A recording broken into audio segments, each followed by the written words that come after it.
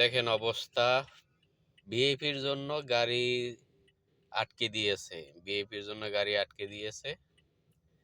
এত রিকোয়েস্ট করলাম আজকে এত রিকোয়েস্ট করলাম, কিন্তু এরা কোনো পাত্তাই দেয় না। আগে বলে যে তুমি আগে ভিআইপি যাবে, তারপরে তোমরা যাবা। বাচ্চা দাঁড়িয়ে থাও, কোনো প্রবলেম নাই। কিন্তু দেখেন, এই ছোট ছোট বাচ্চারা স্কুলে দাঁড়িয়ে রয়েছে, তারপর রিকোয়েস্ট করলাম। ওই যে একটা সার্জেন্ট, এই যে সার্জেন্ট এই পাশে দাঁড়িয়ে আছে, একে রিকোয়েস্ট করলাম, এ তো নাছোড়বান্দা। আর এই যে 47 গান নিয়ে দাঁড়িয়ে রয়েছে, এ তো আরো মানে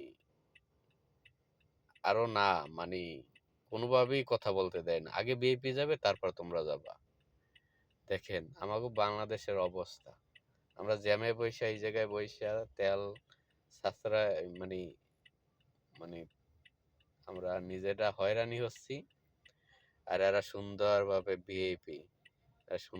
ভিআইপি মুভমেন্ট করায়। দেখেন ভিআইপি মুভমেন্ট করায়, এখন কি করার আছে ভাই? আমরা শিখার, আমরা হলো জনগণ, হইলো এদের কাছে পুরো মুরগির মতন। এরা যা বলবে তাই, এর উপরে কোনো কথা বলতে পারবো না। আসলে কি বলবো, বাংলাদেশটা এমন।